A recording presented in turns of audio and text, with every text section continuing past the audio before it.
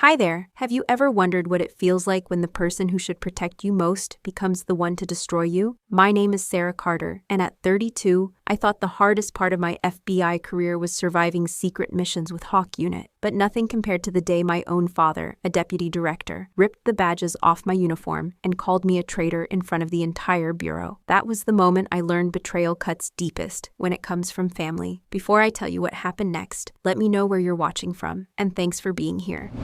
I was standing in the main auditorium of the FBI Academy in Quantico, Virginia. The room was packed wall to wall with agents, analysts, and senior officials. Every seat was filled. The overhead lights were so bright they made the brass buttons on our dress uniforms gleam like tiny mirrors.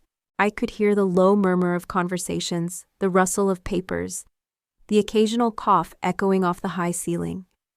The air in that room felt electric, charged with tension that made my skin crawl. People kept looking at me, then looking away quickly when I caught their eyes. Whispers followed me wherever I went. I knew what they were saying. I'd been hearing the rumors for weeks. That's her, that's Carter's daughter. Can't believe she was part of Hawk Unit. How could she betray her own team? I was standing at attention in the center aisle, my hands clasped behind my back. My heart was pounding so hard I was sure everyone could hear it. But I kept my face blank, my shoulders square. That's what 10 years in the Bureau teaches you. Never let them see you sweat. Never let them see you break. At the podium stood my father, Deputy Director James Carter.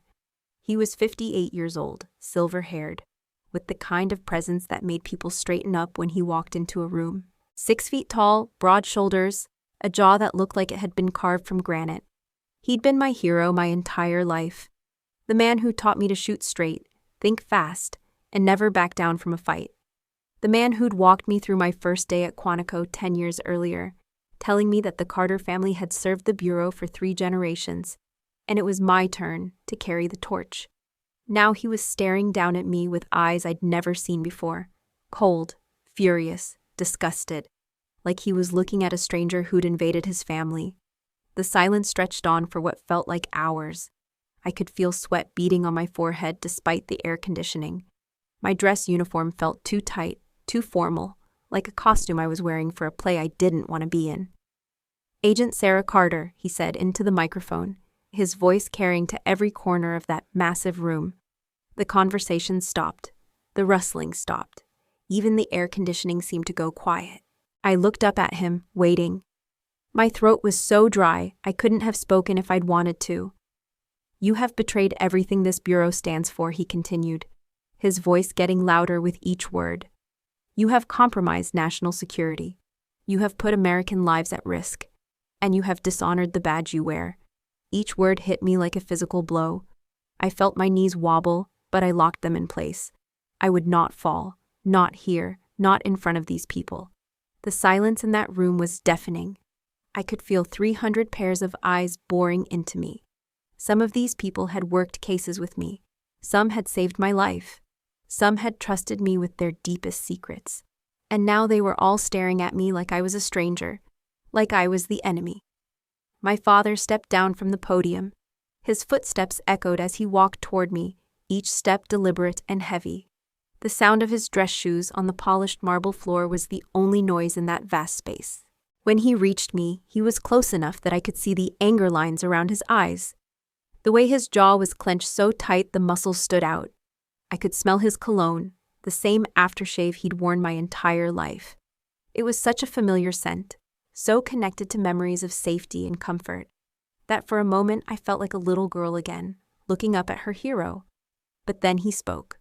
"You're a traitor," he said, loud enough for the whole room to hear. Those words hit me like a freight train. I actually felt my knees wobble. But I didn't move. I didn't speak. I just stood there and took it, because that's what 10 years of training had taught me to do. He reached out and grabbed the collar of my dress uniform. With his bare hands, he started ripping off my badges, my ribbons, my insignia. The sound of tearing fabric was impossibly loud in that silent room. One by one, everything I'd earned over 10 years of service fell to the floor at my feet. My marksmanship medals. The ones I'd earned at the academy, shooting perfect scores while other recruits struggled to hit the target. My service ribbons. The commendations for cases I'd closed, lives I'd saved, operations I'd completed successfully, my unit citations, recognition for teamwork, for excellence, for dedication to the mission. All of it, scattered on the polished marble like trash. The fabric of my uniform jacket tore as he yanked away the last badge. I heard someone in the audience gasp. Another person whispered something I couldn't make out, but I didn't look at them. I kept my eyes fixed straight ahead, staring at a point on the far wall, willing myself not to cry. But I didn't break.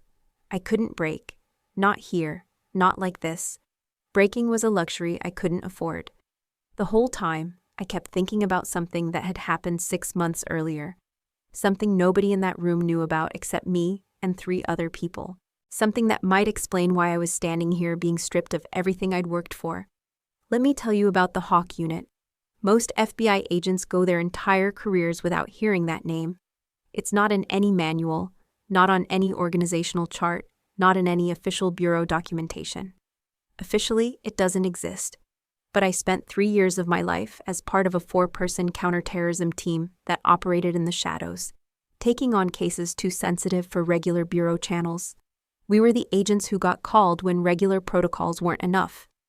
When the threat was too immediate, too dangerous, or too politically sensitive for conventional law enforcement.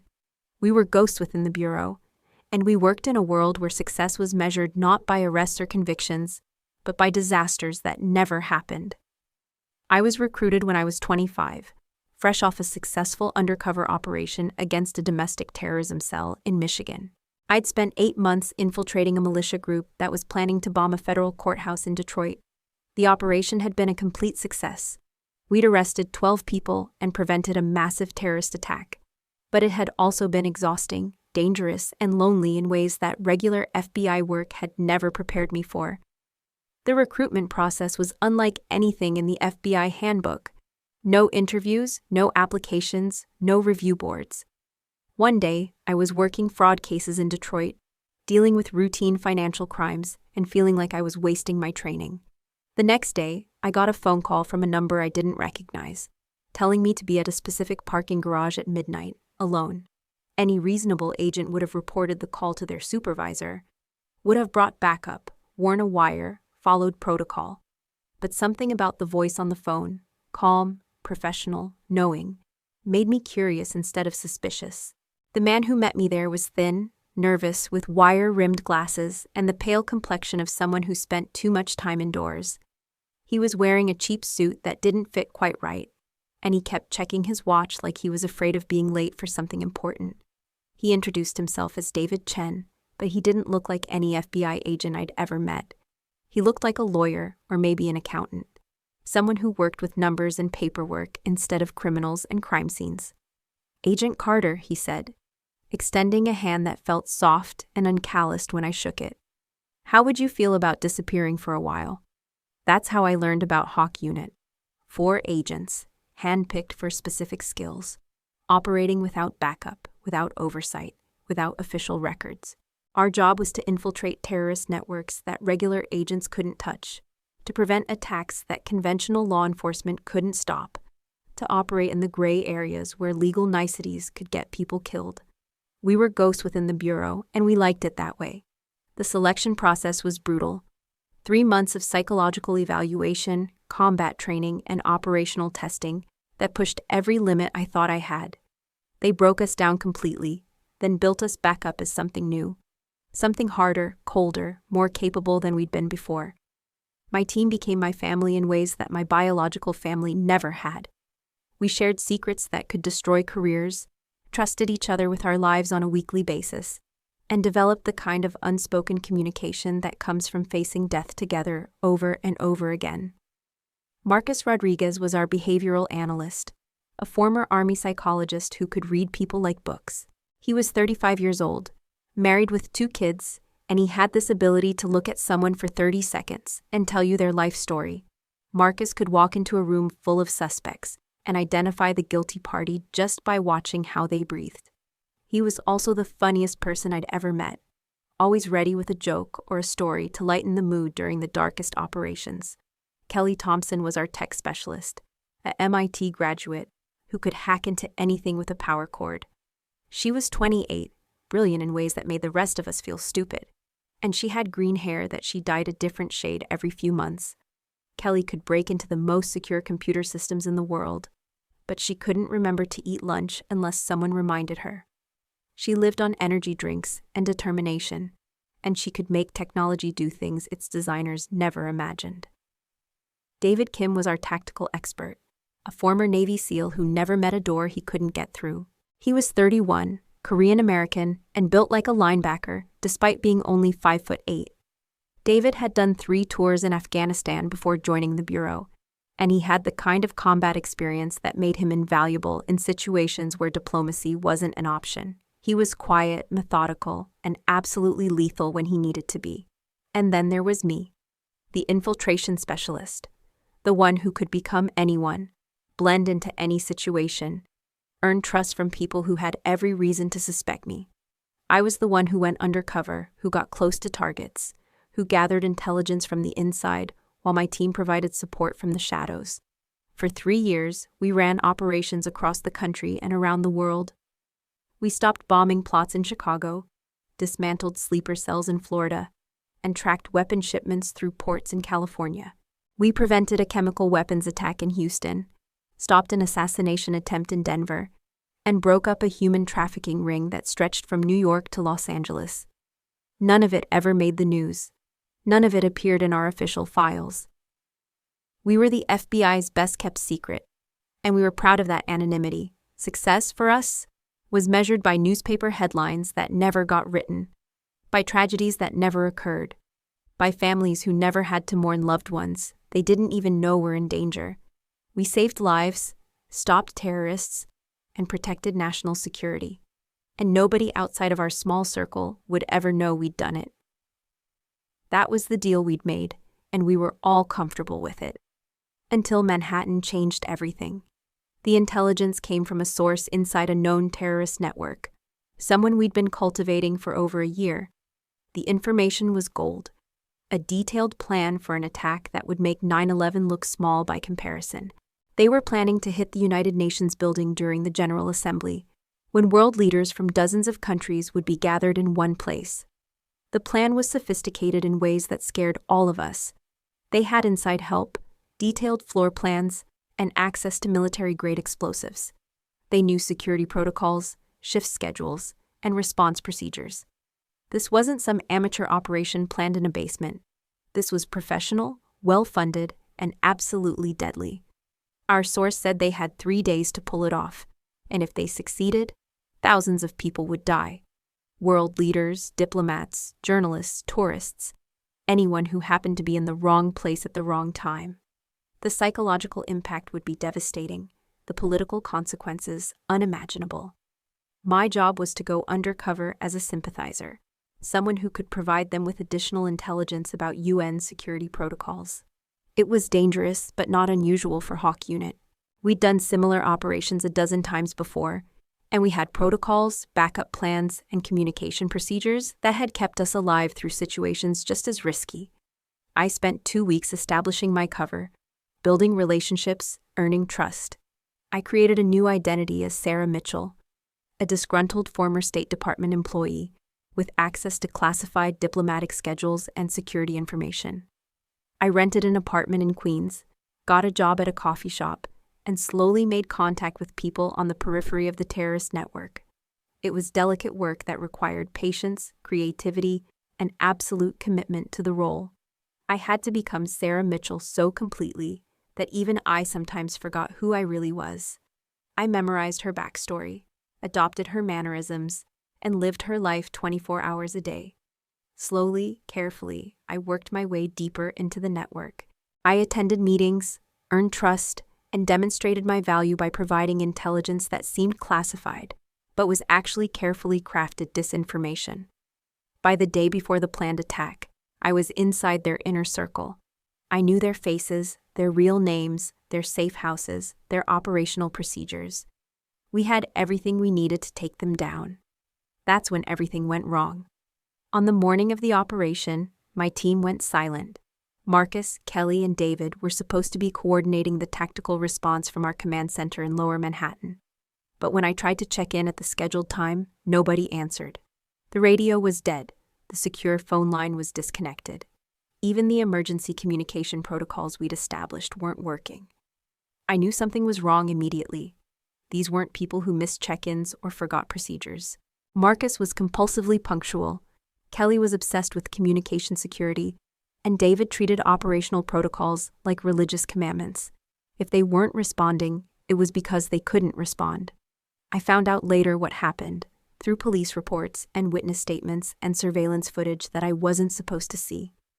Someone had leaked our entire operational plan to the terrorist network. They knew we were coming. They knew our identities, our locations, our tactics, our backup plans. They were waiting.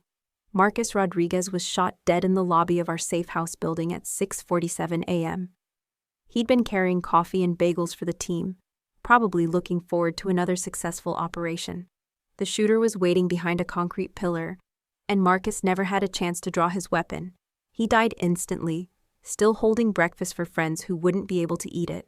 Kelly Thompson was killed by a bomb placed under her car at 7:15 a.m.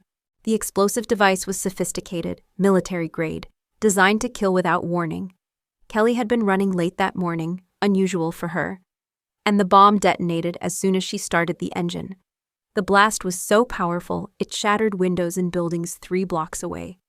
David Kim made it the furthest. He actually got inside the terrorist compound, fighting his way through armed resistance, with the kind of skill and determination that had made him a legend in the SEAL community. But they were ready for him too. They knew his tactics, his preferences, his capabilities. They trapped him in a basement room and tortured him for information before they killed him. I only survived because I was already undercover, already inside their network, already trusted.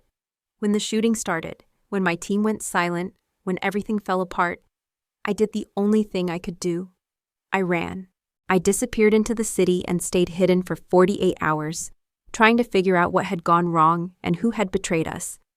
I used every skill I'd learned in 3 years with Hawk Unit, every trick I'd picked up from a decade in the Bureau.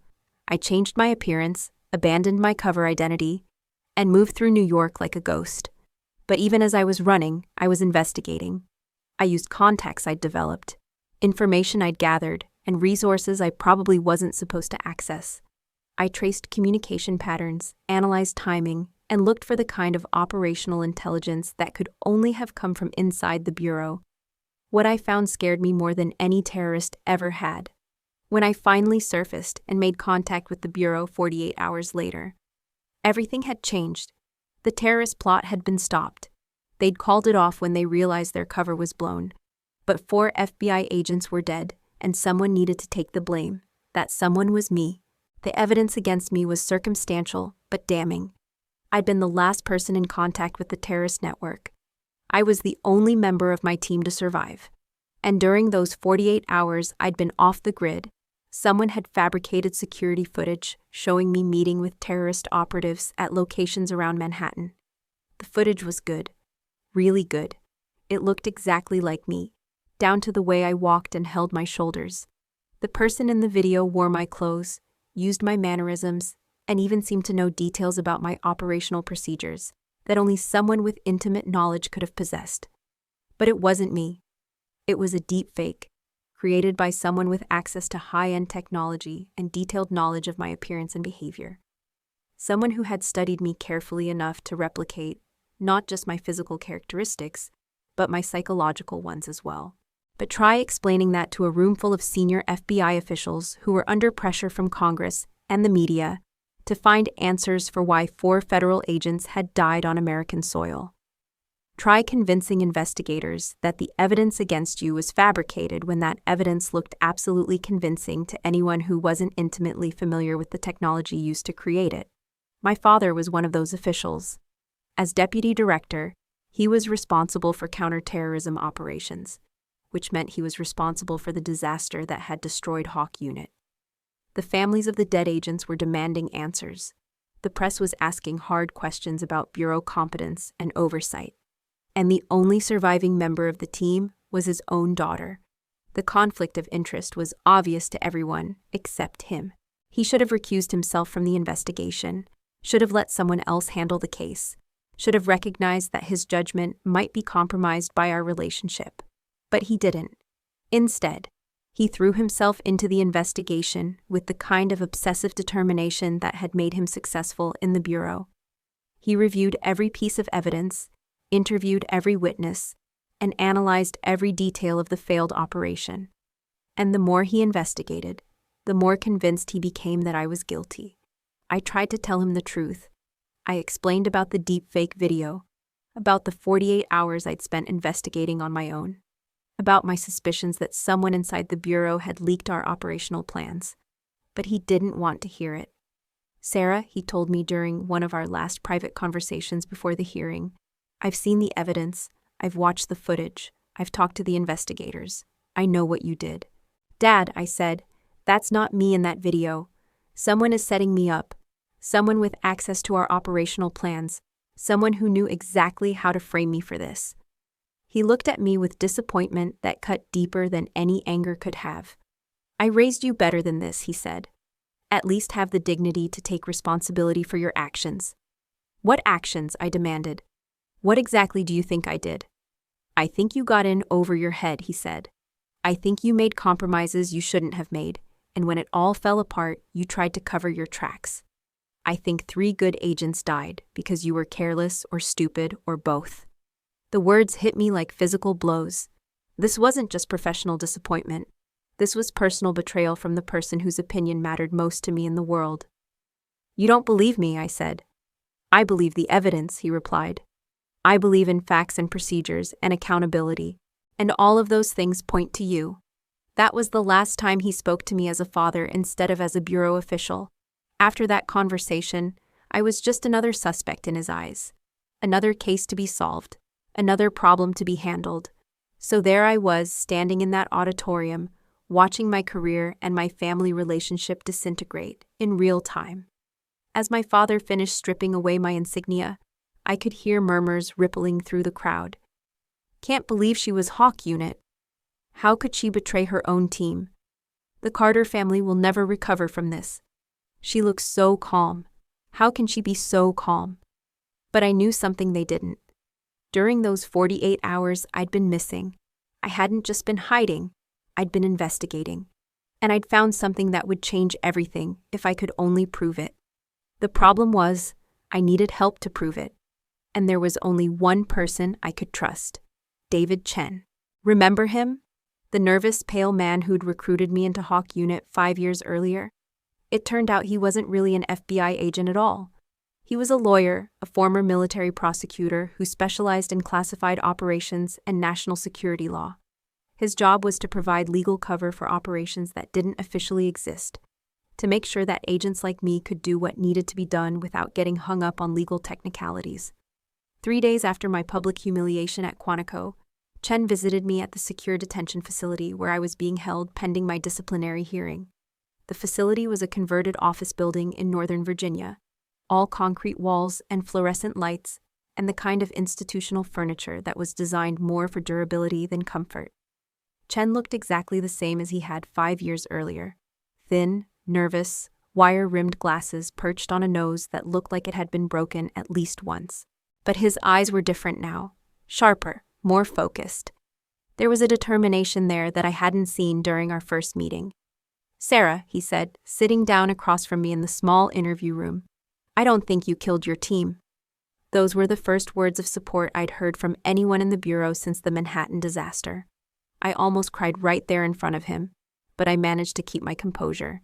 Can you prove it? I asked. He opened his briefcase and pulled out a tablet computer, then looked around the room carefully before speaking. Maybe, he said, but I'm going to need your help.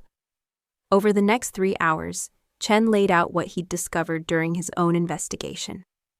The deepfake video that showed me meeting with terrorists had been expertly crafted, but it wasn't perfect. No digital manipulation ever was, if you knew where to look for the flaws.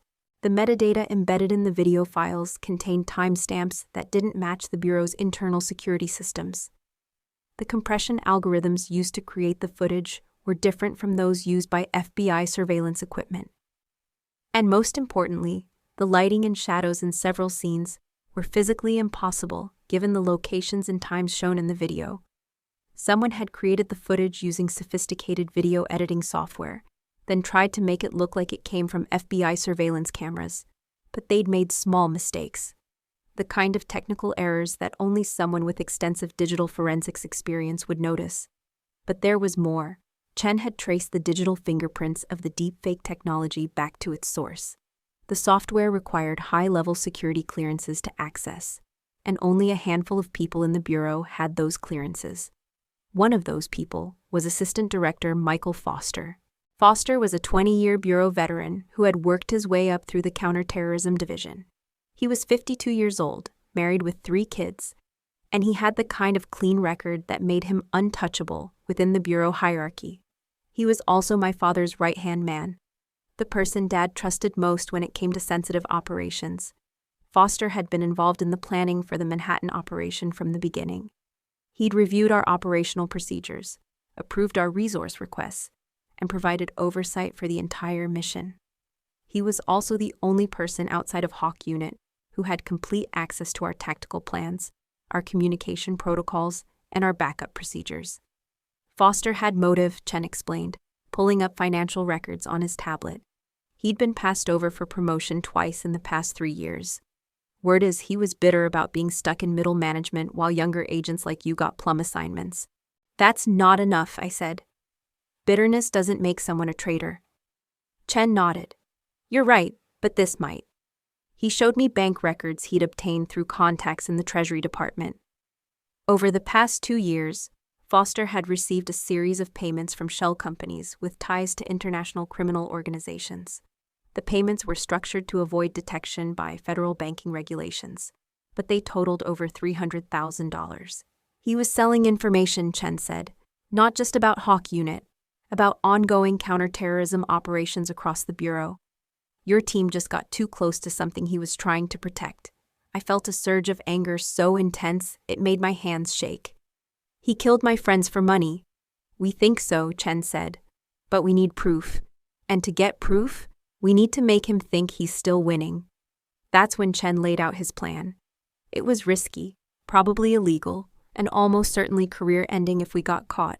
But it was also the only chance I had to clear my name and get justice for my dead teammates. We would feed false information into the Bureau's internal systems, information that would be irresistible to someone trying to cover their tracks. If Foster took the bait, we'd be able to trace his digital footprints and prove he was the leak. But the plan required me to escape from federal custody and infiltrate FBI headquarters without being detected. It meant breaking more laws than I could count, betraying the trust of people who were trying to help me, and risking everything on the chance that we could outsmart someone who had already proven he was smarter than the entire Bureau. Are you in? Chen asked. I thought about Marcus, Kelly, and David. I thought about their families, their children, their futures that had been stolen by someone they'd trusted. I thought about my father's disappointment and the shame I'd carried for months. I'm in, I said. Breaking out of a federal detention facility sounds harder than it actually is, especially when you have inside knowledge of security protocols and a lawyer helping you from the outside. The facility where I was being held was secure, but it wasn't designed to keep out people who understood how the system worked. Chen had arranged for a legal consultation that would take place during the night shift change, when staffing was at its lowest and security protocols were most likely to be relaxed. During the brief window when guards were being rotated and communication systems were being updated, I slipped out through a maintenance corridor that led to the parking garage. The corridor was narrow, dimly lit, and smelled like industrial disinfectant and machine oil. I had to crawl through sections where pipes and electrical conduits left barely enough room for a person to pass. But I'd memorized the building's blueprints during my weeks in custody, and I knew exactly where I was going. Chen was waiting in the parking garage with a car and civilian clothes. He looked nervous, sweating despite the cool night air, and he kept checking his watch like he was afraid we were running out of time. You've got maybe 6 hours before they notice you're gone, he said as we drove toward Washington, D.C. After that, every law enforcement agency on the East Coast will be looking for you. The FBI's J. Edgar Hoover building is one of the most secure facilities in the world, but it wasn't designed to keep out people who know how it works. I'd spent 10 years walking those corridors, badging through those doors, navigating those security checkpoints. I knew which guards were likely to be asleep at 3 a.m., which cameras had blind spots, and which access codes hadn't been changed in months. Getting inside was the easy part. Getting to Foster's office without being detected was harder. The building after hours was a different world from the bustling federal workplace I knew during the day. The corridors were empty, lit only by emergency lighting that cast long shadows on the polished floors. The air conditioning hummed constantly, creating a white noise that masked the sound of my footsteps, but also made it hard to hear if anyone else was moving through the building. I made it to the 7th floor at 3:17 a.m., using service elevators and maintenance stairwells to avoid the main traffic areas where security cameras were most concentrated. Foster's corner office was locked, but I'd learned how to bypass electronic locks during my Hawk unit training. The lock was a standard FBI-issue electromagnetic system, designed to be secure but also convenient for authorized personnel. I used a small device Chen had given me, something that looks like a smartphone, but could mimic the electronic signatures of authorized access cards. The door clicked open after 30 seconds of work. Foster's office was exactly what you'd expect from a senior FBI official. American flag in the corner, framed photos with politicians and celebrities, commendations and awards covering one wall. The furniture was expensive but not flashy, designed to project authority and competence without seeming ostentatious. Everything was perfectly arranged, obsessively organized in a way that suggested either genuine attention to detail or a deep need to control his environment. His desk was completely clear except for a single pen holder and a small American flag. His bookshelf contained exactly the kind of books you'd expect: treatises on counterterrorism, biographies of famous FBI directors, and legal texts on national security law. But his computer told a different story. Foster had been sloppy with his digital security, probably because he thought he was untouchable within the bureau hierarchy.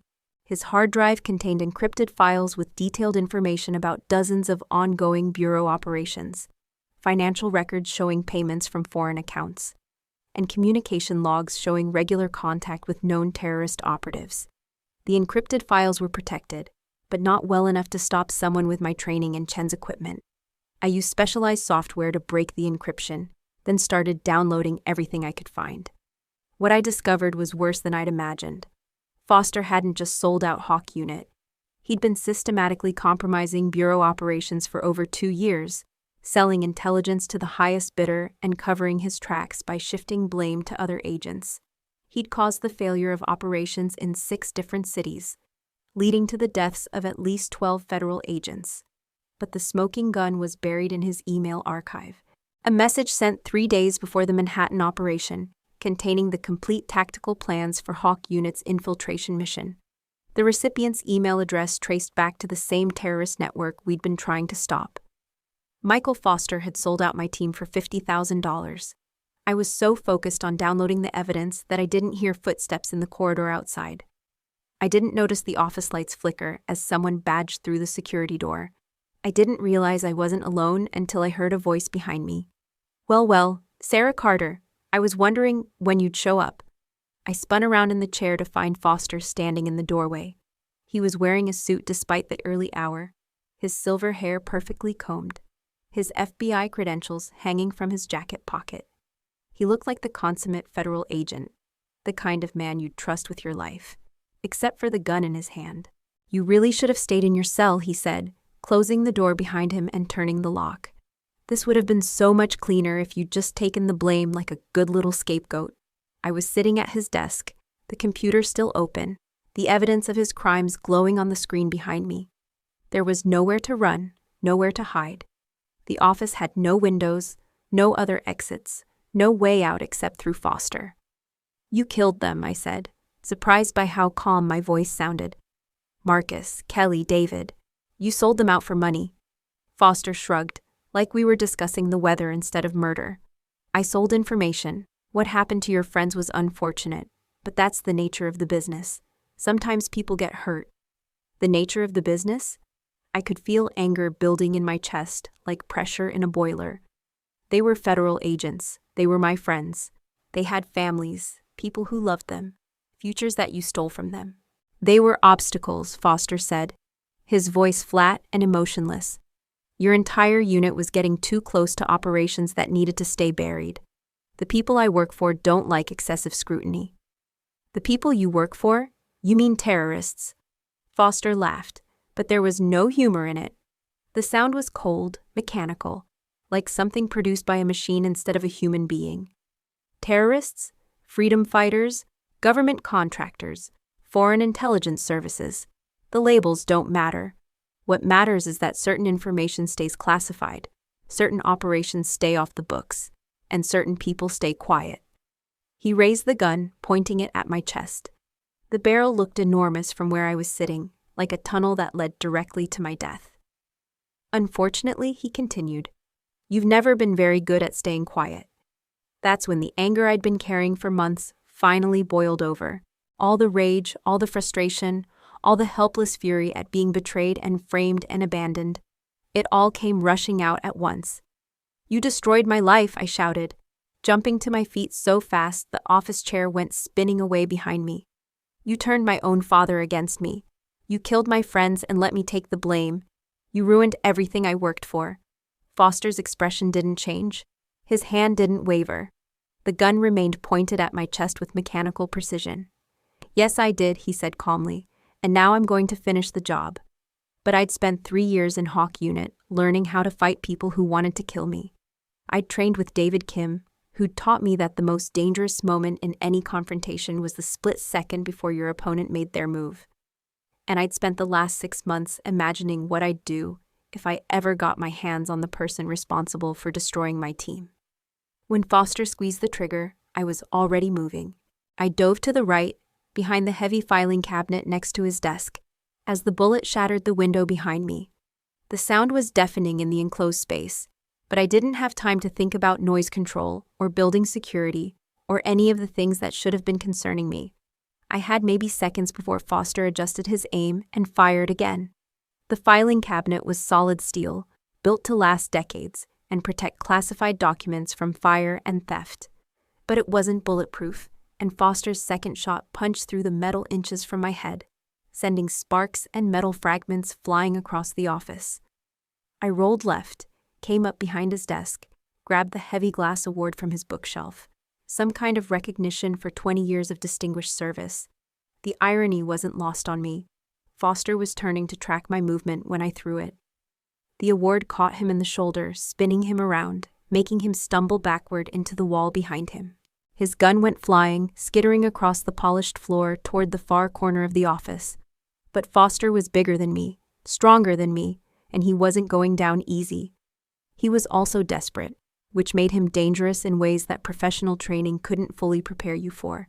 He came at me with his fists, throwing a punch that would have knocked me unconscious if it had connected. I ducked, countered with an uppercut to his ribs, heard him grunt in pain, but he grabbed my wrist before I could pull back, twisted hard enough to make me cry out. You killed my team, I screamed, using my free hand to claw at his face. Foster backhanded me across the jaw, the impact so hard it made my ears ring and filled my mouth with the metallic taste of blood. Stars exploded across my vision, and for a moment I thought I might pass out. Your team was expendable, he snarled, drawing back his fist for another punch. Just like you. But rage is a powerful anesthetic. The pain in my face sharpened my focus instead of clouding it. I saw his punch coming, ducked under his swing, drove my knee into his stomach with every ounce of strength I had. Foster doubled over, gasping for air, and I grabbed the back of his head with both hands. With a move David Kim had taught me during our tactical training, I slammed his face down onto the edge of his mahogany desk. There was a wet, cracking sound that I felt as much as heard. Foster went down hard, his expensive suit tearing as he hit the carpet. Blood pooled under his face, and for a terrifying moment I thought I'd killed him. Then I saw his chest rising and falling, and I felt a mixture of relief and disappointment that scared me more than the fight had.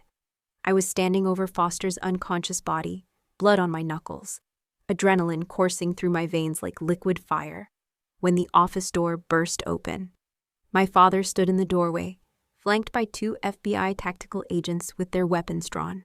Behind them, I could see more agents in the corridor, their faces tense and alert. The cavalry had arrived, but I wasn't sure if they were here to rescue me or arrest me. Dad took in the scene, his daughter standing over his most trusted subordinate, the destroyed office, the blood on the carpet, the evidence of betrayal glowing on the computer screen, and for a moment that seemed to stretch forever, he just stared. His face was a mask of confusion and disbelief. I could see him trying to process what he was seeing, trying to reconcile the evidence in front of him with everything he thought he knew about me, about Foster, about the situation that had torn our family apart. "Sarah," he said quietly, his voice barely audible over the sound of my own heartbeat pounding in my ears. "What have you done?" Before I could answer, before I could try to explain the evidence I'd found, or the confession Foster had made, or the months of investigation that had led to this moment, another voice spoke from behind him. "She's done what the FBI should have done months ago." Admiral Patricia Wells, director of the National Security Agency, stepped into the office. She was a small woman in her 60s, barely 5 feet tall, with steel gray hair pulled back in a severe bun, and the kind of presence that made 4-star generals stand at attention when she entered a room. I'd heard of her, of course. Everyone in the intelligence community knew Admiral Wells by reputation. She was a legend, the first woman to direct the NSA, and someone whose word carried more weight in Washington than most cabinet members. But I'd never met her in person, never been in the same room as her, never imagined she would know who I was. She was wearing a navy blue suit that probably cost more than I made in 6 months, and she moved with the confident stride of someone who was accustomed to being the most powerful person in any room she entered. When she looked at me, her eyes were sharp and assessing, like she was evaluating a piece of equipment to determine if it was worth keeping. "Agent Carter," she said, her voice carrying the kind of authority that made people listen whether they wanted to or not. "You've uncovered the most significant security breach in Bureau history." My father was still staring at me, confusion and disbelief warring on his face, like competing weather systems. "Admiral, I don't understand. Sarah has been charged with treason, with the deaths of 4 federal agents, with—" "Agent Carter has been cleared of all charges," Admiral Wells interrupted, her voice cutting through his protest like a knife through paper. "The evidence against her was fabricated by Assistant Director Foster as part of a broader conspiracy to sell classified information to foreign operatives and terrorist organizations." The silence that followed was so complete, I could hear the building's ventilation system humming in the walls. I watched my father's face as the implications of what Admiral Wells had said began to sink in. Everything he thought he knew, everything he'd believed about me, about Foster, about the past 6 months, it was all crashing down around him. Foster was starting to regain consciousness, groaning and trying to sit up despite the blood streaming from his nose and the obvious pain of what was probably a broken jaw. One of the tactical agents moved to restrain him, but Admiral Wells held up a hand. "Let him talk," she said calmly, like we were discussing the weather instead of treason and murder. "I want to hear him try to explain this." Foster struggled to his feet, using the wall for support, his expensive suit torn and stained with blood. He looked around the room, taking in the faces of people who had once respected him, people who now knew exactly what he was. For a moment, I almost felt sorry for him. Almost. "This is entrapment," he said, his voice thick with blood and pain, the words slightly slurred from his injuries. "Carter broke into my office, attacked me without provocation. After you tried to kill her," Admiral Wells said calmly. "We have everything on surveillance video, Michael. The gunshots, the fight, and most importantly, your confession to selling classified information and causing the deaths of 4 federal agents." Foster's face went pale beneath the blood and bruising. "What confession? I never confessed to anything."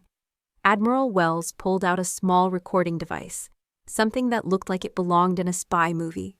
"The NSA has been monitoring your communications for weeks.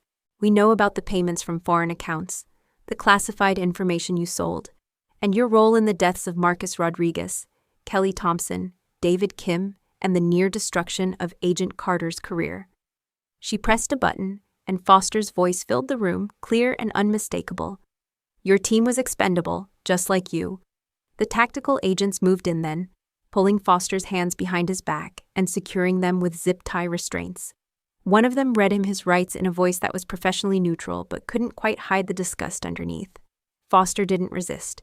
The fight had gone out of him completely, and he looked like what he was, a middle-aged man who'd made terrible choices and finally gotten caught.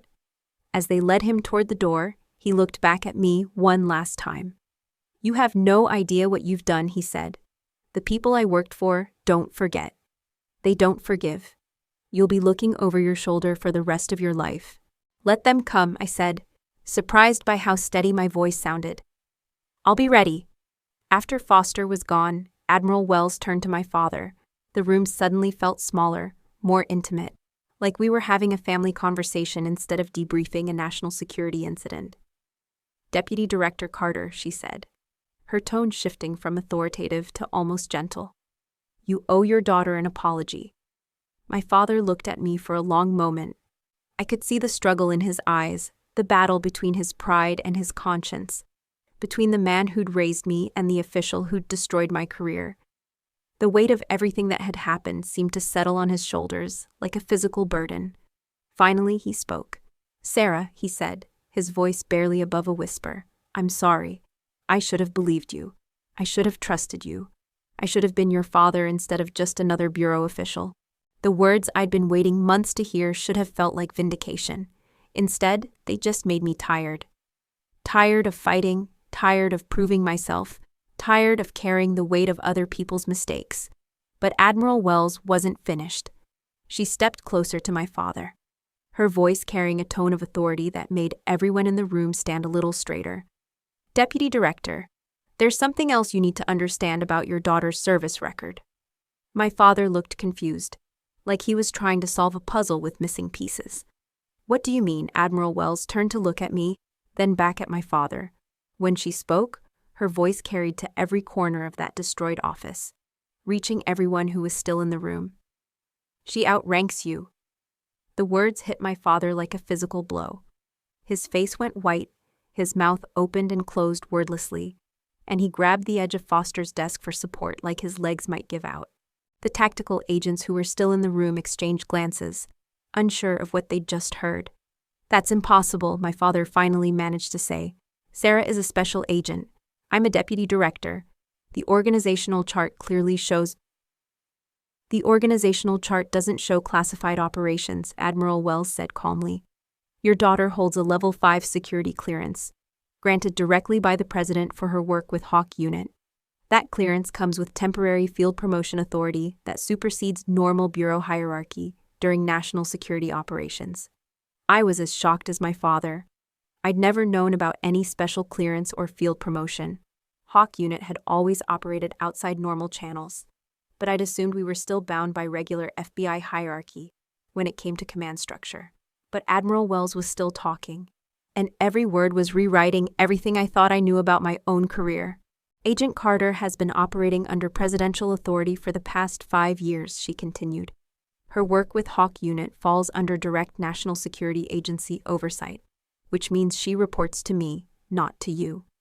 During active operations, her temporary rank is equivalent to Assistant Director, which puts her 2 pay grades above your current position." The silence in that room was deafening. My father stared at me like he was seeing me for the first time, like I was a stranger wearing his daughter's face. "How long have you known this?" he asked Admiral Wells, his voice hoarse with shock. "Since the day she was recruited," Wells replied. "We've been watching her career, monitoring her operations, and frankly, we've been impressed. Agent Carter has saved more American lives than most agents save in their entire careers, and she's done it without recognition, without credit, and apparently without her own father's trust." My father's legs seemed to give out completely. He sank into one of the chairs by Foster's desk, his face buried in his hands like he was trying to hide from the magnitude of his mistakes. "I destroyed her career," he said, his voice muffled but audible. "I publicly humiliated her. I called her a traitor in front of the entire bureau. I stripped away her badges like she was some kind of criminal." "Yes," Admiral Wells said simply, "you did." The next few hours passed in a blur of debriefings, paperwork, and phone calls to people whose names I wasn't allowed to know. Admiral Wells disappeared for long stretches, apparently coordinating with other agencies and government officials about the fallout from Foster's arrest. FBI investigators swarmed Foster's office, collecting evidence, taking photographs, and building the case that would put him away for the rest of his life. They found financial records showing payments totaling over $500,000 from foreign sources, communication logs with terrorist operatives in 6 different countries, and operational intelligence that had compromised at least 15 ongoing federal investigations. The scope of his betrayal was staggering. Foster hadn't just sold out Hawk Unit. He'd been systematically undermining American counterterrorism efforts for over 3 years, and the damage would take months to fully assess. My father and I were debriefed separately, and it wasn't until late that evening that we were finally alone together in a small conference room at FBI headquarters. The building was quieter at night, with only essential personnel still working, and the room felt isolated from the chaos that had consumed the rest of the day. He looked older than I'd ever seen him. The events of the past few months had aged him years in a matter of hours, and I could see the weight of his guilt crushing him like a physical burden. When he spoke, his voice was quiet and uncertain in a way I'd never heard before. "Sarah," he said, "I don't know how to begin to apologize for what I've done to you. I'd been dreaming of this moment for months, imagining what I'd say if my father ever acknowledged his mistakes, ever admitted that he'd been wrong about me. But now that it was happening, I felt empty, exhausted. Dad," I said, "you didn't just doubt my innocence. You actively worked to destroy me. You stripped me of my badges in front of hundreds of people. You made me a pariah in the only community I've ever known. You chose the Bureau's reputation over your own daughter's life." He flinched like I'd slapped him, and I saw tears forming in his eyes, something I hadn't seen since my mother's funeral 15 years earlier. "I thought I was protecting the Bureau," he said weakly. "I thought I was upholding the integrity of the institution we both swore to serve." "No," I said, and I was surprised by how calm my voice sounded despite the anger I could feel building in my chest. "You were protecting your own reputation. You were so worried about how the disaster would reflect on you, on your leadership, on your legacy, that you didn't care who got hurt in the process." My father was quiet for a long time, staring out the window that looked over the Washington, D.C. skyline.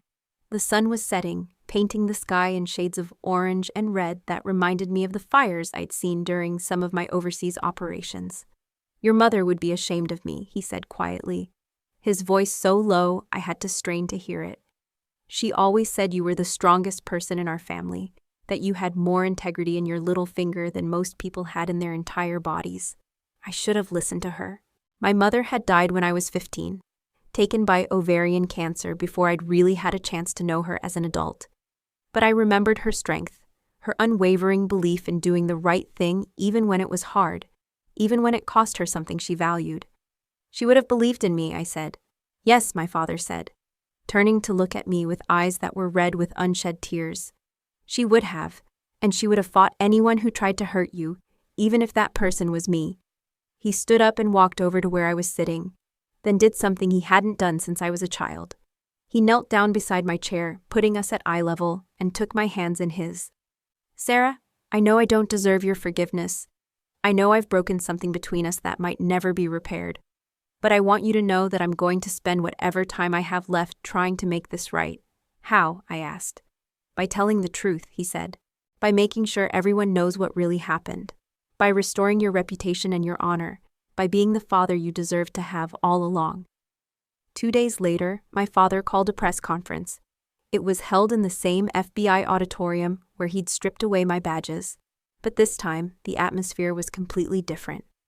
Every major news network was there, along with reporters from newspapers and magazines across the country. The room buzzed with anticipation and speculation. I watched from a side room as my father approached the podium. He looked smaller than usual, older but also somehow more human than I'd ever seen him. When he spoke, his voice carried the weight of genuine remorse. "Ladies and gentlemen," he began, "I'm here today to correct a grave injustice that was committed by this Bureau, and by me, personally." He went on to explain the entire story: the Hawk Unit, the terrorist plot, Foster's betrayal, and my efforts to uncover the truth. He publicly apologized for his role in my persecution, acknowledged the mistakes he'd made as both a father and a federal official, and announced that I was being reinstated with full honors.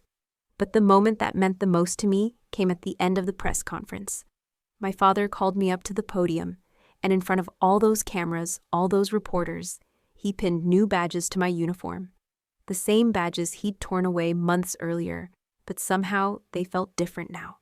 Heavier, more meaningful. Agent Sarah Carter, he said, his voice carrying to every corner of the room, is a hero. She risked everything to protect this country and to seek justice for her fallen teammates. She endured months of persecution and betrayal, but she never stopped fighting for the truth. The FBI is honored to have her in our ranks, and I'm honored to call her my daughter.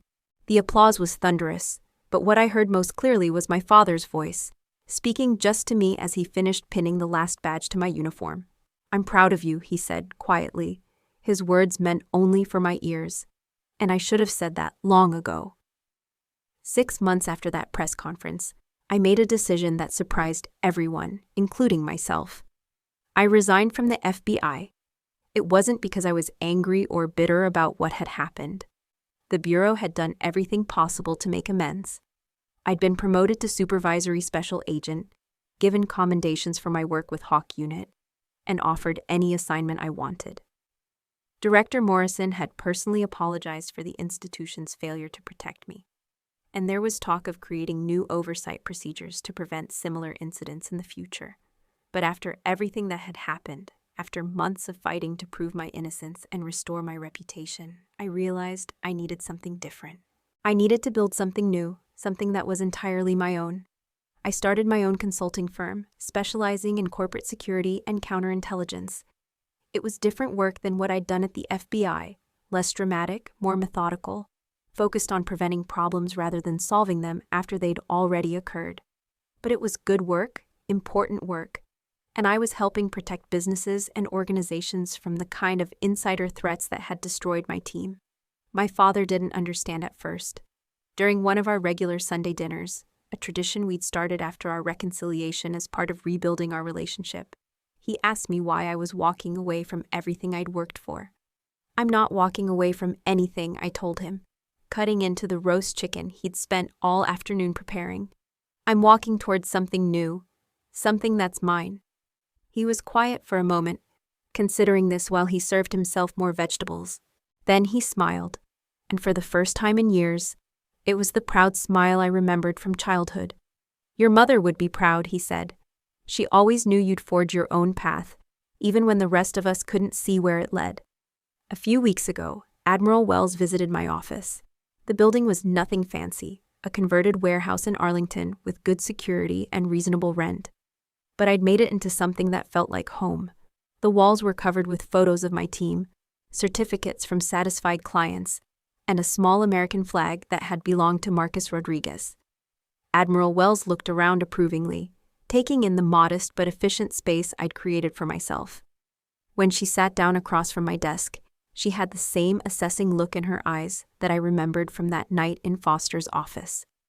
I have an offer for you, she said, without preamble. A new joint FBI-NS task force, something that would put you back in the field doing the kind of work you did with Hawk Unit. The salary would be double what you're making now, and you'd have resources most agents only dream about. I thought about it seriously. The work would be important, challenging, and personally satisfying in ways that corporate consulting could never match. It would be a chance to serve my country again in a meaningful way, to use the skills I'd developed over years of training and experience. What's the catch? I asked. Admiral Wells smiled. No catch. You'd be running the team, reporting directly to me, with complete operational independence. It's the kind of opportunity that comes along once in a career. And the ghosts? I asked. The off-the-books operations, the classified missions that never happened. Gone, she said firmly. Everything would be properly documented, appropriately supervised, and subject to congressional oversight. We've learned from the mistakes that led to Foster's betrayal. I looked around my office, at the life I'd built for myself, at the independence I'd fought so hard to achieve. It was a good life, a peaceful life, but sometimes I missed the intensity and importance of the work I'd done with Hawk Unit. In the end, I turned her down. I'm done living in the shadows, I told her. I spent too many years as a ghost, invisible and unacknowledged. Now I want to build something in the light, something that's entirely my own. Admiral Wells nodded, like she'd expected my answer. I thought you might say that. but the offer stands if you ever change your mind. After she left, I sat in my office looking at the photos on my desk. Marcus, Kelly, and David, taken during one of our rare downtime moments between operations. They were smiling, relaxed, happy. They looked like the friends they'd become, not just the colleagues they'd started as. I still miss them every day. I still think about what might have been different if I'd been faster, smarter, more careful. I still wake up sometimes in the middle of the night, wondering if there was something I could have done to save them.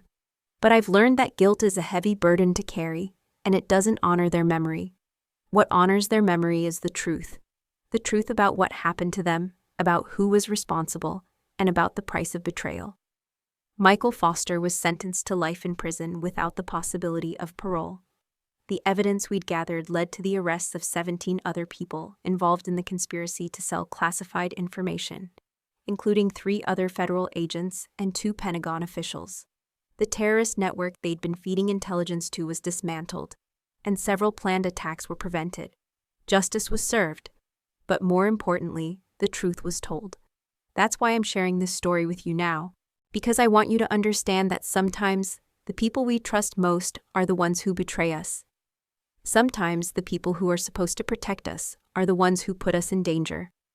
Sometimes our own families can become our enemies, not out of malice, but out of fear and pride and the desperate need to protect their own reputations. But I also want you to understand that the truth has a way of surfacing, even when it's buried under lies and corruption and institutional betrayal. Even when powerful people try to make it disappear. Even when it seems like everyone has given up on you. My father called me a traitor in front of 300 people. He stripped away everything I'd worked for, everything I'd earned, everything that defined who I was. He nearly destroyed my life and my career because he was more concerned with protecting his own reputation than with protecting his daughter. But in the end, 3 words from an Admiral changed everything. She outranks you. Those 3 words didn't just restore my professional reputation. They restored my relationship with my father. They brought justice for my fallen teammates. They reminded me that sometimes, when everything seems lost, the truth is the only thing that can save you. The truth and the courage to fight for it, even when everyone else has given up on you, even when your own father has given up on you. I hope you never have to go through what I went through. I hope you never have to fight your own family for the right to be believed. I hope you never have to choose between your integrity and your relationships. But if you do, remember this. The truth is worth fighting for. Your integrity is worth defending. And sometimes, the people who doubt you the most are the ones who need to see your strength the most. Thank you for listening to my story. If it meant something to you, please share it with others. Because stories like this, stories about truth and justice and redemption and the complicated nature of family loyalty, are the ones that matter most. And remember, no matter what anyone calls you, no matter what they try to make you believe about yourself, you know who you are. Don't let anyone take that away from you, not even family.